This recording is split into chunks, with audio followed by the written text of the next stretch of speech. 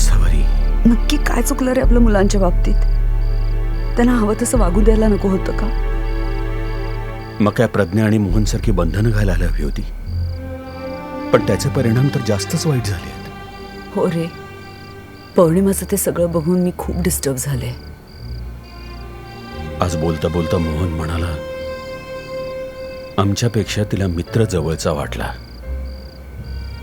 कितीही चिडलो तरी शेवटी आम्ही तिच्या मागच उभं राहिलो असतो म्हणाला. पण पौर्णिमाला नाही ना वाटला तसा विश्वास त्यांच्याबद्दल.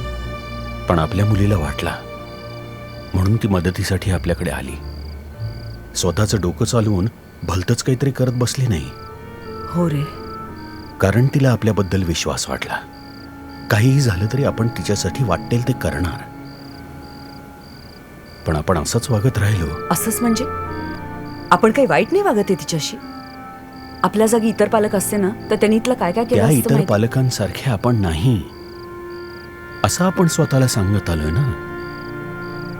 मग आता ते वेगळेपण सिद्ध करायची वेळ आली आहे.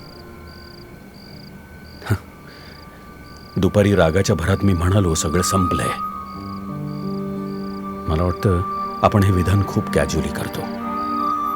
माणूस मरतो तेव्हा सगळं संपतं.